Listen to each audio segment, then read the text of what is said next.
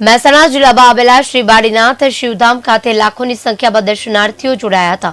ગુજરાત સહિત ભારત દેશના અન્ય રાજ્યોમાંથી પણ શિવ ભક્તો આવી પહોંચ્યા હતા।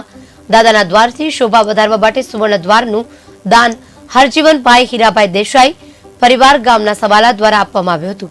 મંદિર પરિષદમાં ભેટ આપવામાં આવેલ ઝુમ્મર એ આકર્ષણનું કેન્દ્ર બન્યું હતું। વાડીનાથમાં મળી રહ્યું છે દાન દાદાના મુખ્ય દ્વારને બનાવાશે સુવર્ણથી। મંદિર પરિષદમાં મળેલ ઝુમ્મર ભેટનું આકર્ષણનું કેન્દ્ર બન્યું છે।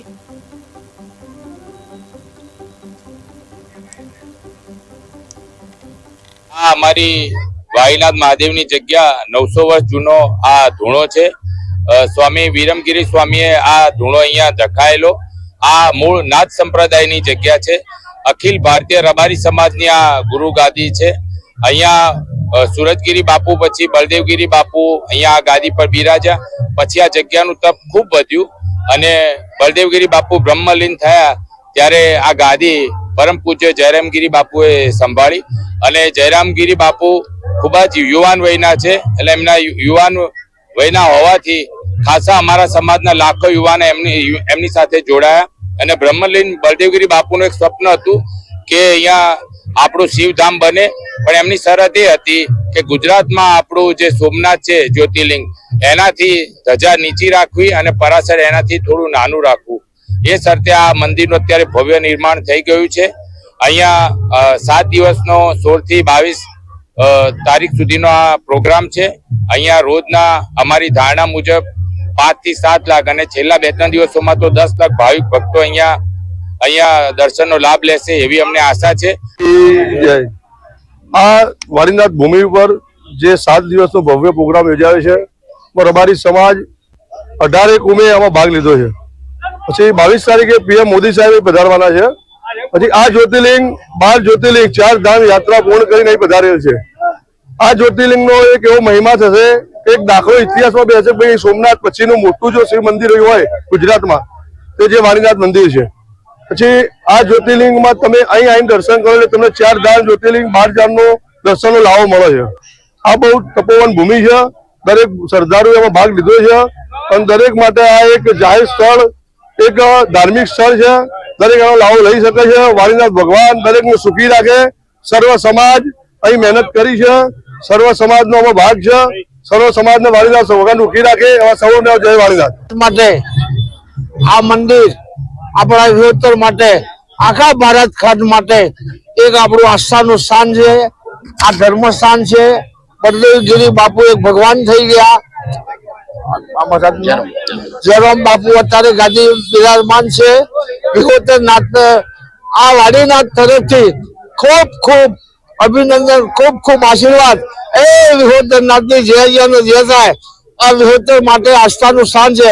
દરેક આ મંદિર ધર્મની જગ્યાએ દરેક ભાવથી પધારજો। વાડીનાથ મહારાજ કી જય। આ વાડીનાથ મહાદેવ અમારો ગુરુદ્વારો છે।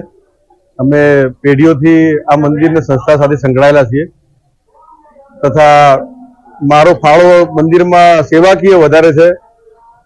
એ સિવાય અમે દાદાના મંદિરમાં સુવર્ણ દ્વારના દાતા બી બન્યા છીએ।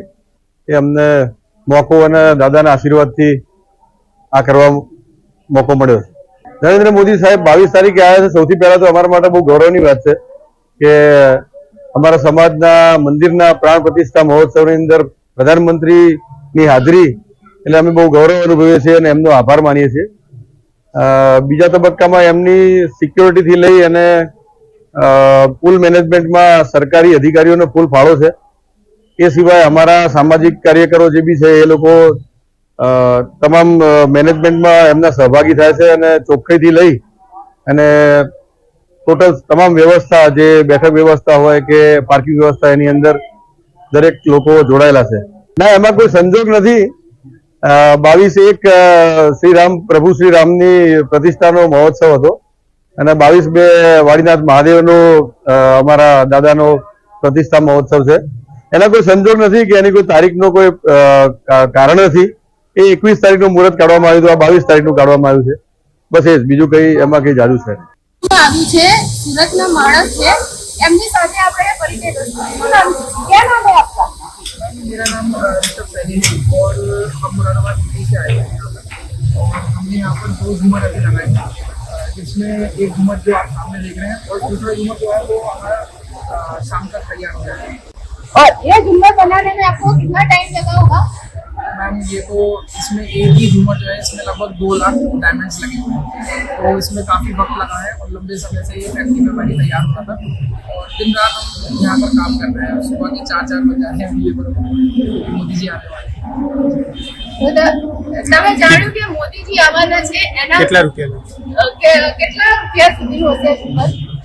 ये तो प्राइसलेस है क्योंकि ये सेवा में यहाँ पे सभी लोग अपनी अपनी तरफ से जो भी है वो सेवा कर रहे हैं, तो ये तो हम सेवा के लिए अपने कारीगर कितने लगे होंगे झूमर में? हमारे लगभग 25 से 30 कारीगर इस पर लगे थे, जो जिन्होंने फैक्ट्री में इसको तैयार किया उसके बाद में यहाँ पर 10-12 कारीगर भी लगातार काम कर रहे हैं।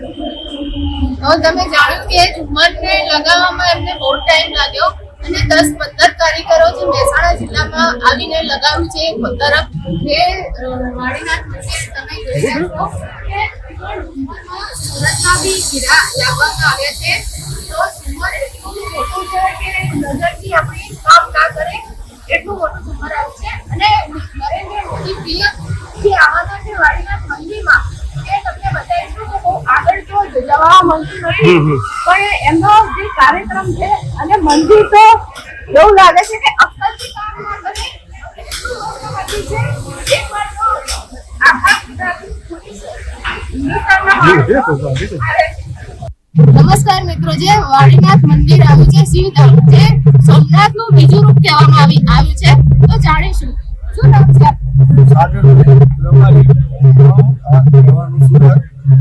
વાળીનાથ મંદિર છે અમારું, એ વર્ષોથી એક શિવ મંદિર તરીકે, શિવધામ તરીકે રબારી સમાજ તો અહીંયા આસ્થા રાખે છે, પણ એની સાથે અન્ય સમાજો પણ આ મંદિરની સાથે જોડાયેલા છે અને વર્ષોથી શિવધામ તરીકે જ અમારા વાળીનાથ મહારાજનું મંદિર અહીંયા પ્રખ્યાત છે અને એક ધાર્મિક સ્થળ છે। તો તમે જાણ્યું કે વાડીનાથ મંદિર જે સોમનાથનું બીજું રૂપ કહેવામાં આવે છે અને ધાર્મિક છે, જાણીશું બીજા વ્યક્તિ જોડે। શું નામ તમારું ભાઈ? બીજાભાઈ દેસાઈ, વાલોદર, કાકા એજ્યુકેશન ચારિટેબલ ટ્રસ્ટના ટ્રસ્ટી છું અને સુરત રહું છું, સામાજિક કાર્યો જોડાયેલો છું।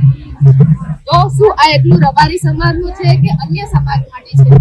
સર્વ ધર્મ સમાજ સનાતન ધર્મનો વિશ્વમાં પ્રચાર થાય એ માટે અમારે બાપુનો એક પ્રેરણા હતી અને એ તરફ આગળ વધે બાપુ પરમલીન મહારાજનું એક સ્વપ્ન હતું કે સર્વ ધર્મ સમાજ શિવ ધર્મનો મોટો પ્રચાર થાય, સર્વ સમાજનું કલ્યાણ થાય, એમની દીર્ઘ દ્રષ્ટિ હતી।